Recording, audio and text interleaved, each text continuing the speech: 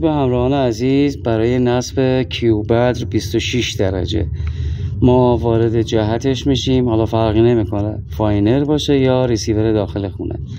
قوی ترین فرکانس هایی که موجود هست توی کیوبدر 11900 و 11881 که شبکه‌های به اصطلاح داخلی ما هستن تهران.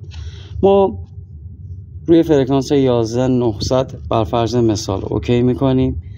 بعد صدای فاینر ما گفتیم بهتون که نیاز نیست تا 10 بیاد، همون حد وسطش رو رعایت بکنیم کفایت میکنه. و اینکه ساعت LNB ما برعکس ماهواره یاست که ما میگفتیم 6 هستش، این روی ساعت 5 4.5 5 و سلا قرار میگیره. بعد میریم برای نصبش.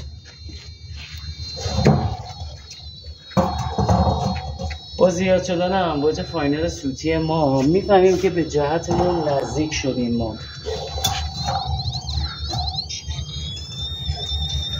خب درصد رو میبینم چقدر نیاز هست که باز هم قویش بکنم. به خاطر اینکه قوی کنم این فاینر صوتی من یا روی درصدی که موجود هست با چپ و راست و بالا و پایین میتونم سیگنال رو قوی تر بکنم.